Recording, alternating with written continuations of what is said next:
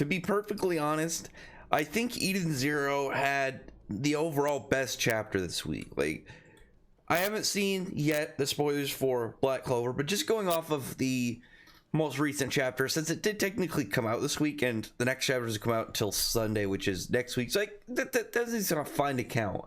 I think that's the issue. Is obviously like when you look at it from the point of chapters, when you think about the next set, we find out spoilers today, but they don't actually officially come out till Sunday. So I think that's still good to calling it this week, regardless of whatever comes next, because I think for the most part that would mean that this week's is done, because like we got the Shonen Jump stuff on Sunday, we got Eden Zero, unfortunately early, because it's cool that we got it early, but like this week it was not supposed to come out. Like it's supposed to go out next week. It's supposed to be on break this week, which means that next week we won't get a chapter. And I kind of wish they waited a little bit, because I'm guessing that it it's gonna be a little bit of a problem, just from the fact that this chapter isn't even officially out this week, meaning that it's just gonna be long floating amongst like the community over the next week, to the point where I feel like a majority of people are gonna read the chapter and not buy the officials. I mean, I have Comixology, and I go through stuff with them, but I still buy the volumes themselves, the physical volume. So like I'm still kind of in that good area of, even if I peek at unofficials, a supporting is still enough that you got kind of you're kind of in the clear to a degree.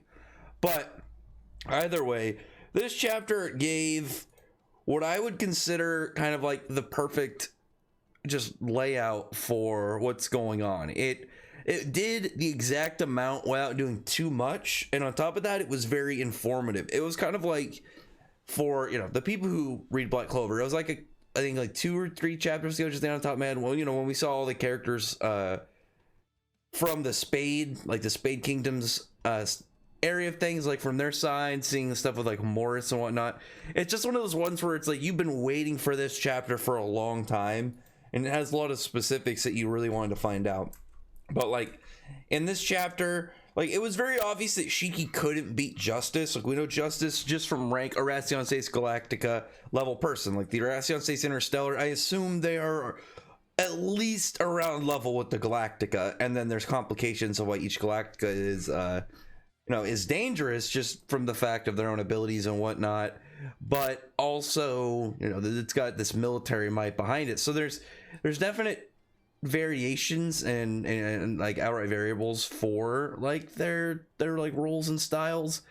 And Justice is the one that obviously we've been wanting to see the longest, because he had been part of the overall fandom since the initial kind of like first poster came out when we saw him, and on top of that, he's got the whole relationship of being this eye-marked character that relates back to the author's original main character. You see like Seekheart, Jalal, Genesis, and Justice and whatnot, and any of them, whether it's like a fake like Seekheart or whatever, or sorry, Seekheart was the Brave Master one. But you see that this character design in itself used in all these different areas and ways, and like also like Mystogun and whatnot.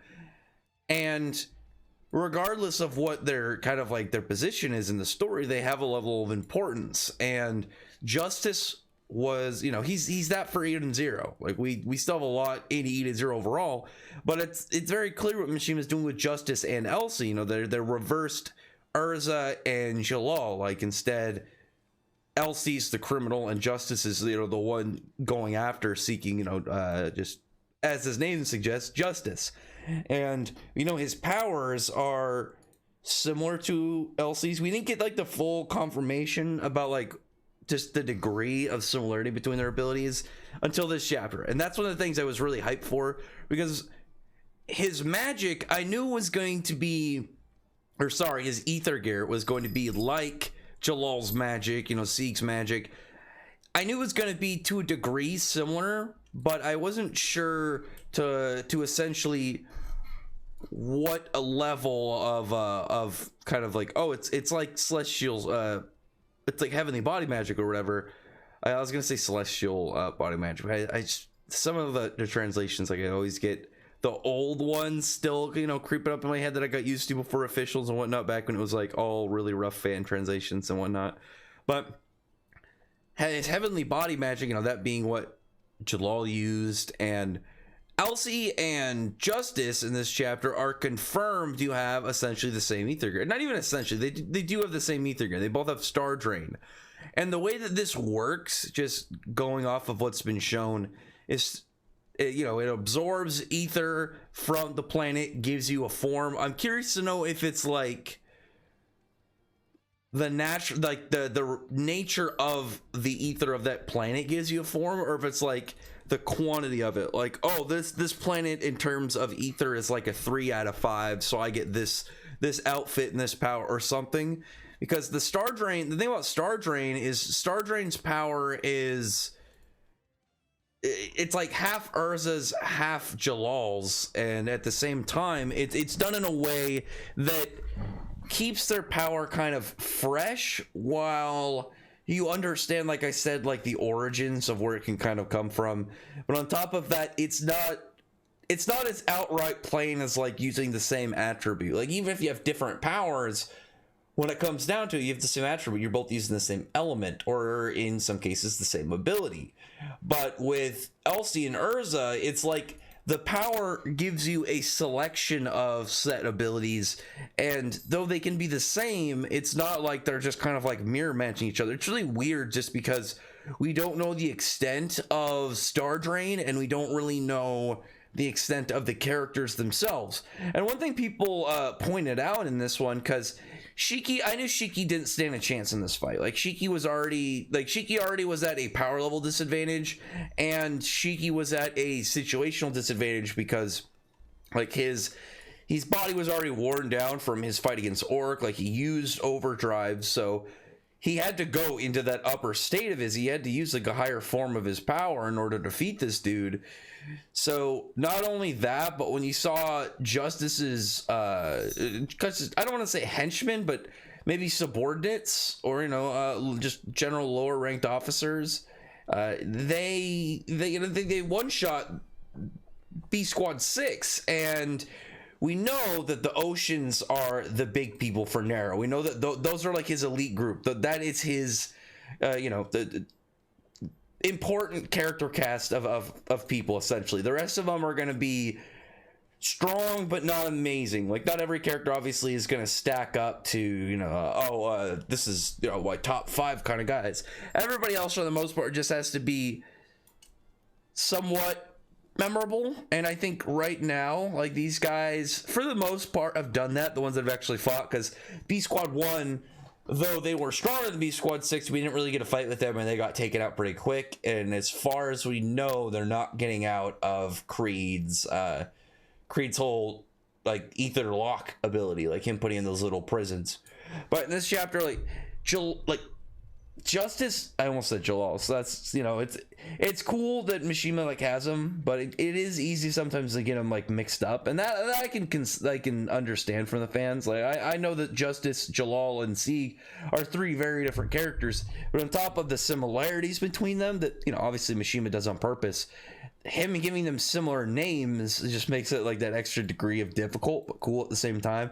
It's really a weird situation when you look at characters like this, just because when it comes to someone like Shiki, even if some people say like Shiki has somewhat of a resemblance to, you know, Natsu or Gray, their powers are way different. But Mishima intentionally, on top of making Justice and Jalal, you know, similar en route to Elsie and Justice similar en route to like Justice or Jalal and Urza. See, word wise, it can get kind of confusing. Like, it's not a big deal, but it still can get a little bit of just a little bit almost tongue twistery.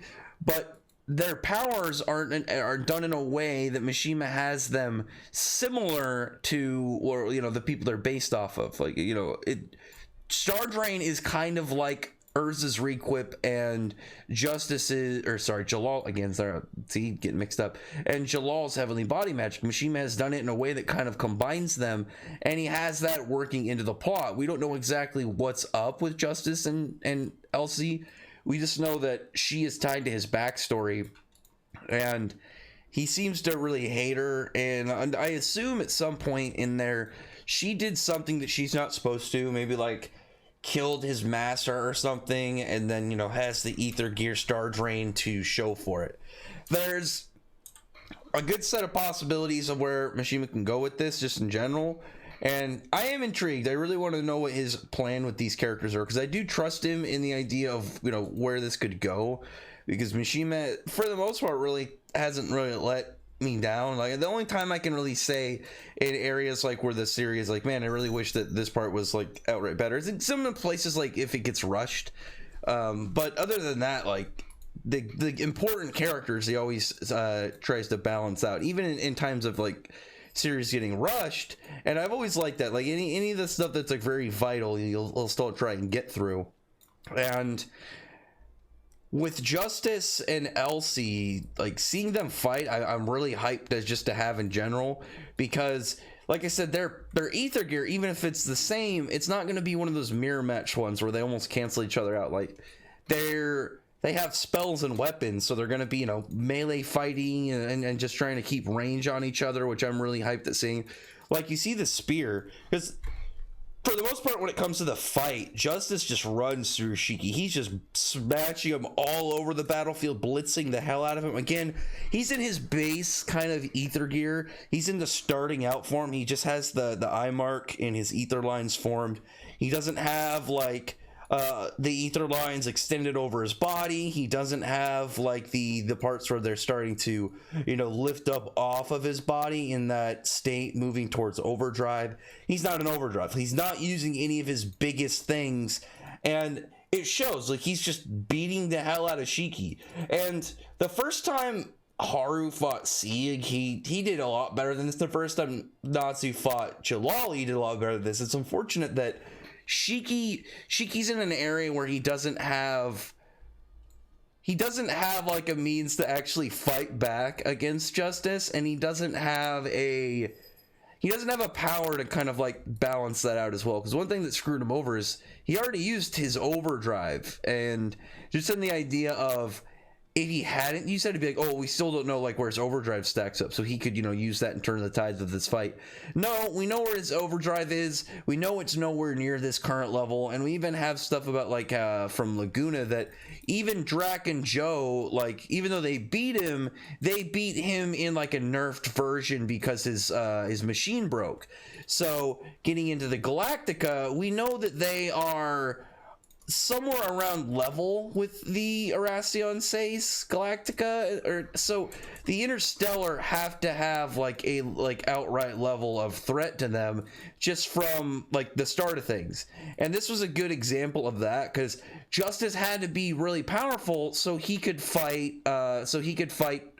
Justice, or sorry, Elsie at some point. Justice and Elsie were going to fight, and now we're getting that, like, him pulling out the spear and them clashing. I thought was just really cool from a visual standpoint. I really like the spear. I think it's really neat, just having this almost, it kind of has like this like space star ritual kind of thing, like it'd be used in some form of ceremony, which I think is really neat, just in general. Also, one thing, just looking at Justice, I feel like he's thinner than Jalal and Sieg. Like, he just looks like he's a thinner guy. Like with Sieg, anybody who's read Ravemaster, Sieg looked taller than like Jalal and Justice. He looked like he was just kind of a taller, more broad guy, and Jalal was actually really fit. Like, Jalal was very toned. He wasn't huge, but he was muscular, and it was just like honed down to like very specifics, just a condensed level of muscle. Whereas like Justice just looks kind of thin. He looks just more like a toned guy. He doesn't have that same, hey, like, I'm still pretty muscular kind of thing like that Jalal had. He's not really big like Sieg, but I feel like he's got just that like really toned, like high-ranking military guy, kind of like Roy Mustang, I think, in just the general amount of shape I'd kind of guess he's in, where he's like, wow, you're doing pretty good for yourself, like area, but nothing kind of crazy when you get into like the really big guys. But Justice versus Elsie, I'm really hyped to see in general. When it comes to like their powers, and I don't really care as much seeing like anything power level wise, but it's more of like their powers themselves. I want to see how Star Drain works, because we already got, honestly, like actually a really good feat, like when Justice punched Shiki through that like plateau, that pretty like sizable hill. That's a pretty like nasty hit, because even like without even looking at like trying to figure out like how much like damage went into the crater and whatnot, you still have like a pretty sizable like massive rock just like Shiki shot through. So what comes next? Like I said, when it's outright power level, that's not what I'm concerned about. I just want to see the display of what does, what does each of their ether gears do? Like, what is the extent? Like, do they get like 1 or 2 spells perform? Is it like a level kind of threshold? Like I said, like, oh, you get to have X amount of spells with this level of ether on a planet. There's a lot of just general questions of the fundamentals of Star Drain that I would like to know, which I think is the very intriguing aspect of its power. So the next fight I really can't wait to see. On top of that, like I want to know like what these two are capable of in terms of, like I said, not power levels, but how they fight in general. Because these are two big characters. We don't know the full extent of Eden Zero's character like list. Like, it's not like, because right, early Fairy Tail, like I'm just gonna use this as an example. Early Fairy Tail, the Wizard Saints were a big deal. Like, even if we didn't know all of them, we knew that they were extremely powerful. Whereas like now we know they're not even close to the top. As far as we know right now, the Eldrazion Saints, Galactica, and Interstellar are like the peak bad guys and good guys for Eden Zero. These are the strongest known characters. The only characters like Mother and whatnot and Ziggy, like adjacent characters, are where things kind of get like, oh, okay, well this is kind of like, this is our big boys kind of area. There can still be people above them.